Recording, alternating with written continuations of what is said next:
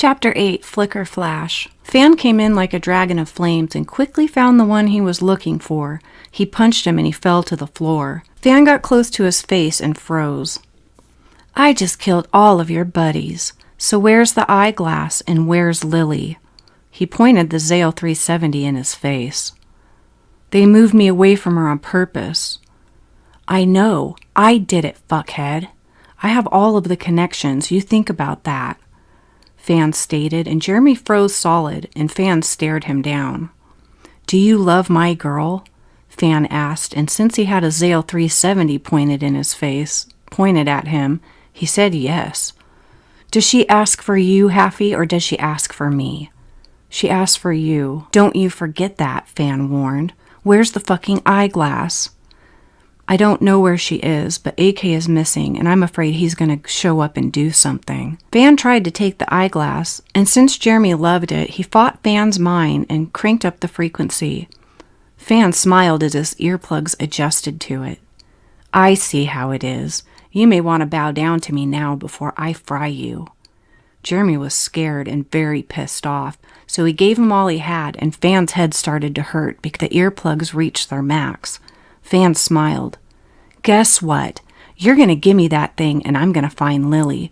If you love her, you already know where she is. She's been taken away.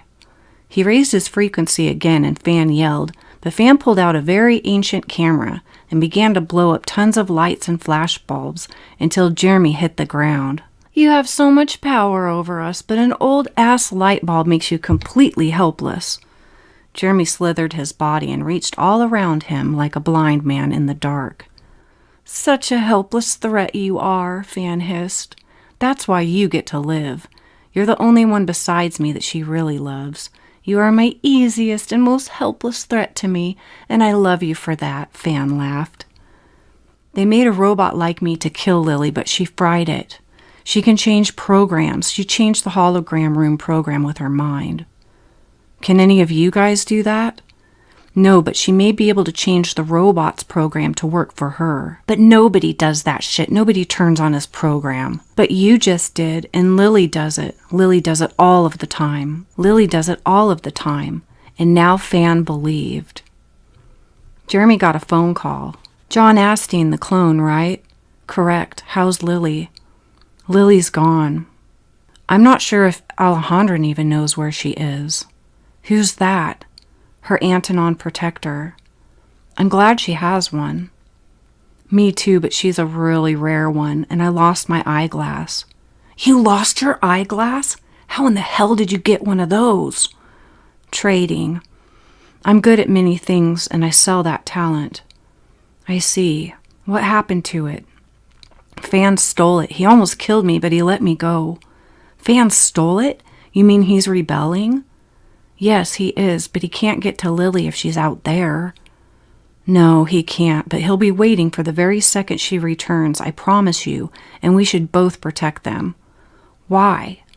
I don't want to see what he's going to do with all of this. I don't want to be his enemy in the long run. Why not? I know everything about Starset, and you don't know shit. He saw World War III, and he saw Lily again, and they put him through the dream trials. The minute she is returned and you know for certain, call me and I will be on my way. Alejandra talked to the Antonon. The Monarchy are taking her for a while. We know you are fond of her, but we must let them. What about Quan? That guy has done enough. Maybe if you would have let him see her, he wouldn't be so pissed off, and now you're sending her off. He might blow up. Yes, maybe, but not if he knows she is gone. He'll settle back down. He'll get back in his place and run the money machine for us like he promised. For a while, they told him that if she was found, they wouldn't have any problems with him seeing her at all. Okay, so they did lie. They totally lied. But he had a separate agreement. That's what it is. He had a separate agreement to do what they wanted him to. And they're like, we kind of canceled out. You lied to him and told them if Anshe was ever found, you would let him see her. We changed our minds. He agreed to do as we want, and he must. If she is pregnant with a baby, it will destroy every last bit of his hope, and we won't have to worry about the damage he can do then. He has a separate agreement. Lily woke up on a different planet. A woman who wore all of the same colored green and golden clothes took her off and redressed her. They all had wavy hair, but Lily's was the darkest. They put face paint on her. They all had wavy long hair with designs of green, gold, and black that circled their faces like the Maori. The woman did Lily's makeup. "Who's Jeremy?" the woman asked. "Why? You kept saying his name in your sleep." Lily's eyes brimmed with tears. "Jeremy is someone I love very much." "Why aren't you with him?" "He was taken from me. I remember the very moment I fell in love with him. I was staring at him. I fell in love with him the minute I noticed his eyelashes were blonde." Lily cried. "I was beginning to realize how much I wanted him. This world is very different from how it was. Everything is so strict and all the races are separated from each other. It's horrible. I hate it. I was falling in love with Jeremy and they stole him away automatically. I guess I finally understand that I'm in love with him too. I saw Alejandro shoot him. I really thought he died, but it was a robot. That scared me so bad. I remember the moment I fell in love with him, the very moment I noticed his eyelashes, and nothing has changed. I've even fallen in love with the shape of his body when he isn't facing me, and when he is around, when I look at him, it feels like we make love all the time, except we never have. I've never even kissed him. I've wanted to many times, and Alejandro is right. I think about it all of the time. I wonder if he feels like that when he sees the back of me. I wonder if he feels like I belong to him too. Jeremy swallows me whole like the ocean or like a whirlpool. We would have been together already, and that's sad, but I didn't know, nor did I ever think that Jeremy liked me at all. Only when he smiled at me that one time, and it turned me on. He never did it again. He has the ultimate poker face, though, so he may have had feelings for me from the start, when I first came in and I never knew. That makes me feel good. All I do is dream about him and I, real dreams and daydreams. I constantly dream about him being a man and loving me. I never thought about him having the same emotions. Lily smiled. Well, he is a man. I'm sure he thinks about it twice as much as you do. I hope so. That makes me feel good.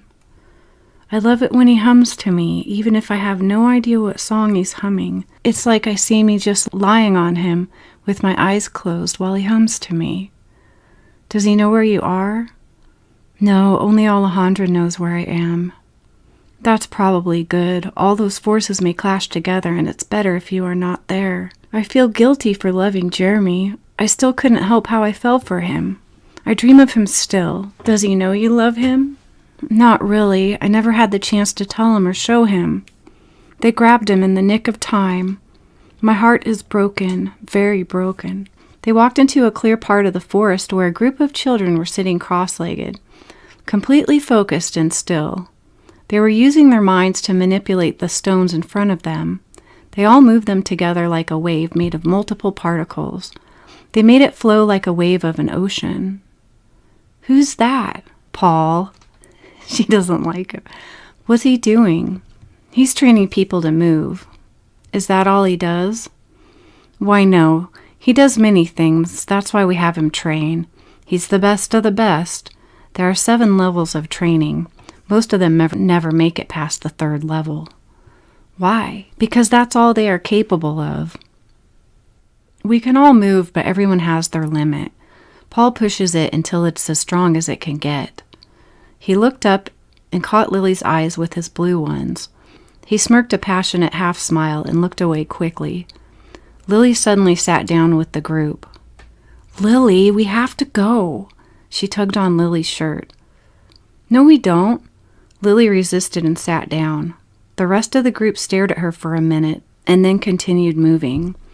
Lily looked at the basket of stones, picked one up, and moved it to her. Paul smiled without turning around. She slid it in front of her, but couldn't lift it. The others continued. She focused and grunted, but her rock lifted up and slammed into the person next to hers. It knocked theirs off course. The others continued. She focused, grunted, and her rock lifted up.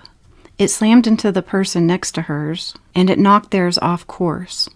The dark-haired boy sneered at her and picked his right back up and smirked at her in a cruel way. Lily tried to lift hers back up and was struggling. She knocked the boy to her left's stone off and away, and he just smiled and lifted his again without insult.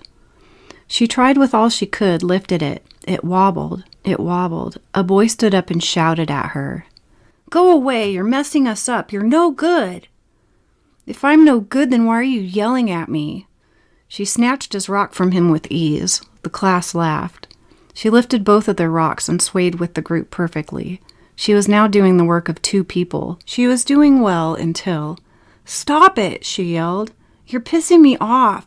He's pulling my stones down on purpose. He's making me fight him." He screwed Lily up as much as possible.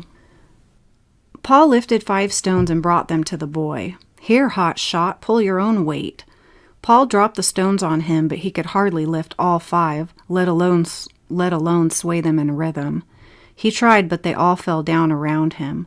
The whole class laughed at him. "You push her too much. You fail. Better luck next year." "But she's brand new and you tricked me." "Bad sportsmanship. Sorry." Dion left in a huff and slammed the door behind him. "Here, Lily, you just gained his stones." The class gasped, for none of them could move 7 stones. Lily smiled and picked up all 7 and moved them with her new strength. "Lily, we have to go. You're causing too much attention." "I'm used to it." "No, we have to go now."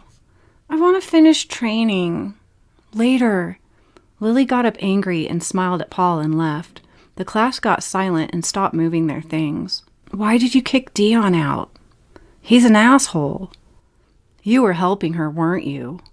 "No, I wasn't." "Yes, you were." "No, I really wasn't." "Where is she from?" "Earth, I think." "What is she?" "I have no idea." The further they descended, the more Lavender had to use her amulet to pass the doors. "I will see you again," Paul shouted. Although he wasn't in view, Lily bent to a knee and listened. "What's wrong?" "He just shouted at me." "No, he didn't. He didn't say anything." "Yes, he did," Lily grumbled. They went down many levels of stairwells. It was dark. The staircase led down for miles, and the rooms were the only scenery that changed. Then she showed her the control room. "What is this?" "This is everything. We watch everything and only interfere when we have to. But the Antonons still run Earth because they saved it, and Earth goes by their rule. The mixed children can't be with their parents, and that isn't fair. It's not their fault that they are mixed, and they are taken away on purpose. I don't like Earth. This place seems better. It's more Earth-like." "Maybe the old Earth, not the new Earth." "Got that right." "We hide the technology because it causes too many problems. We learn through other planets to use it rarely, and to only bring rain and to heal people. Those that use it for destruction all meet their ends one way or another." "Am I ever going to be able to go back to where I was before?" "Never. We're going to want to keep you, and so will the rest of them. It's going to be a real battle." 2 days later, Lily returned to Paul's class. She came in smiling. "I get to train." Paul smiled back at her and she sat down. They were now on level 2. They learned light objects were easy to be precise with, while the heavier objects could only be moved better if they worked as a team. They practiced tying knots and ropes. They also wove a blanket together to teach patience and teamwork. 3 teams of 3 must use the objects in the room to open the locked door and retrieve this crystal ball from this bowl. The first guy from Team 1 went to look for the key. Since you could see through the cage cell and see the ball, one man just picked it up, but he was clumsy and it swayed back and forth and accidentally bumped the metal bars. It made a ringing sound when it hit the bars and the others turned around.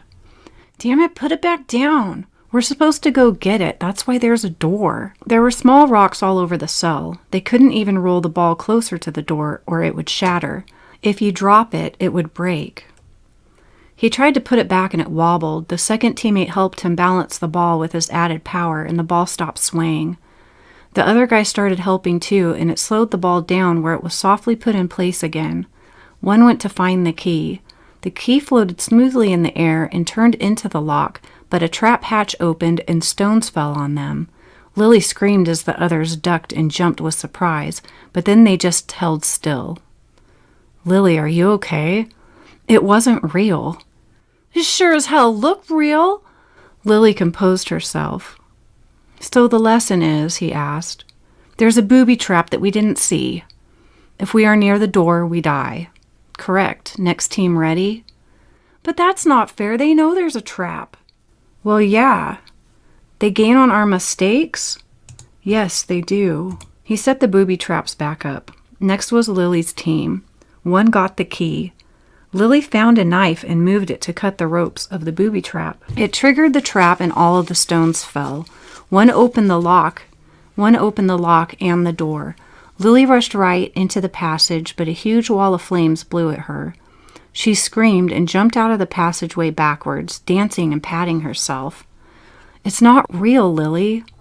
"Screw you! Holograms didn't look real in 2014, she yelled. She was still startled and angry. "You're from the past?"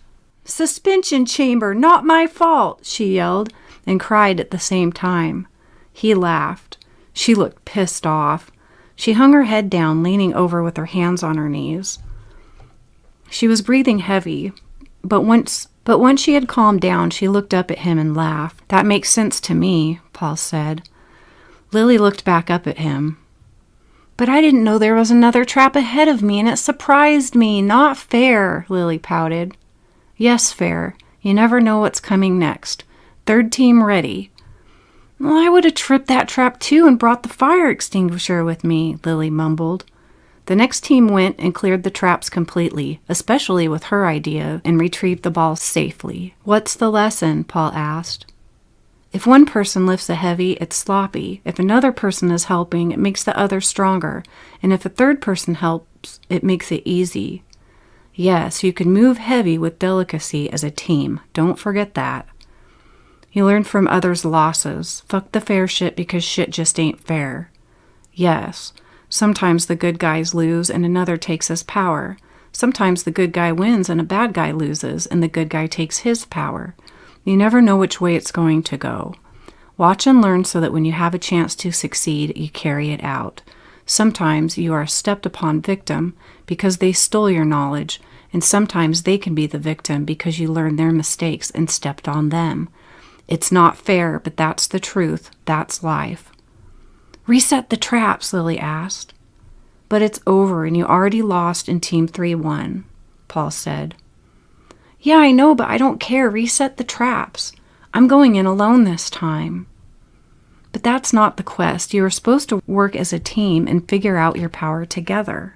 "I don't give a shit. Just reset the traps and let me do it alone." Interested, he did it for her, and they all watched her. "Tell me when you are ready," Lily asked. "Count me down. Time me." Paul waved a hand and a stopwatch appeared. "Ready, set, go," he said. Lily picked up the key and in 3 seconds unlocked the door, and the stones fell upon her and she crawled right through the door. Then the fire blasted at her and she crawled right by, letting it pound her, and she never caught fire. She lifted the ball and it came into her hands in seconds flat. Then she tucked it under her arm like a football and rushed through. More fire blasted at hers, but she closed her eyes and crawled back through the passage. She came out smiling, gave the ball to Paul, and screamed, "Touchdown, Seattle!" Lily did a dance around him. "Time?" she asked, and Paul stopped the clock.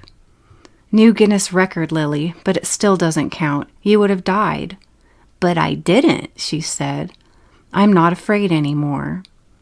He suddenly kissed her, and then she finally relaxed and kissed him back in front of the whole class. She slowly backed up and stood silent and said nothing. They just smiled. "I want to talk to Lily alone. Class is over until tomorrow." He led her outside into the forest. He held her hand and kept smiling sweetly at her with the sun shining in his green eyes. He has blue eyes. "I was a part of Starset too, Lily," Paul said, and Lily laughed sadly, like all of the joy had been sucked out of her, and tears began to stream down her face silently. "No, you weren't. Everyone died except for me and Fan, and I'll never see him again because I'm some kind of rare alien who's just a womb for other aliens, like a test tube. Yes, you are, Lily, but only 2 actually died in the Starset crash, but the rest lived until the army showed up. All of them were killed for betrayal, except for you, who was hidden, me, who was hidden, and him. He pressed a button by his neck, and as handsome as Paul was, his whole face slowly turned into Fan's as the holographic mask fell down. Lily, I'm Fan. It was the young Fan. You're not real, she screamed. You're lying. She slapped at him while crying. You're a robot. You're just another dream trial or just another hologram, Lily screamed. It's really me, Lily. I got in one too, just like I said I would, but an imposter stole my name, my face, my whole identity. He stole my life. He stole my life. He even stole you from me until now. What happened in the crash? After I put you in there, I was attacked by Bennett. I know him. He was in love with you and I didn't know it at the time. I did, Lily said. Just one time, as strong as he was. I saw his eyes almost cry, and I knew. He copied everything about me, including my face, into a holographic mask. What happened to you? I met a man in Starset before our mission who knew many things. He gave me a nano cloak of invisibility to cover myself with. He was in a different country at the time, but he left me on instructions on how to find you. I hid invisible until after Bennett was taken away from the crash. I got into the only other chamber upon the ship that still worked, and nobody knew about that one. He instructed me beforehand to build it and keep it a secret. He woke me up out of it by remote before you were found. He wasn't just a genius, sometimes I think he was a time traveler. He also gave me Menaki powers so I could be here and hide under a different face and wait for you to be found by someone else. You had some kind of special blood, and he told me that later in the future, you would be passed around and we would have to find a way to keep you here. So he gave you Menaki powers stronger than all of them to give us the hold to keep you here. So I'm not part Menaki? You are still the last of your kind. You are a piece of Menaki, but he made sure that you would shine in order to stay here with me. But I can't believe it's really you. You didn't age. I promised you. It just turned out so different. Bennett's not dead yet, but you must keep these secrets. Oh, your friend Jeremy has been helping me. He's alive? Lily screamed. Yes, he's helping me get to you. Yes, he was replanted by Bennett because you were falling for him. What? You both love each other, but Bennett is just about to come back for you. The fake Fan, Bennett, the fake me. The fake me, Bennett, just killed all of his family. What? But why? Because he loves you and he doesn't want them in his way. He killed all of them, Lily. The good news is that the Antonon don't want him to be with you or leave. If he takes off, they will chase him. Do the Antonon know he's a fake? Yes, they found that out right away. You can't hide that shit from them. They made him into a very dangerous soldier, and a very brutal one at that. The Antonon have always had him by the balls, is what I've heard. I was picked up by halfies too, but I started moving heavy things right away, which kept them from taking my blood. They sent me straight here, and I've been waiting for you to show up. He killed them all, and he's trying to find you, but you vanished. He's lost on finding you, at least for a while. The Oxlar and Sotso will take you away soon, and none of us can beat them, not even together. We've been trying to set up a plan ahead of time. You really like this Paul guy, don't you? Yeah, I'm sorry. You're lucky we're the same damn person, or I'd be mighty upset with you. I've waited 26 years to love you again, Lily, and you're not getting off easy this time.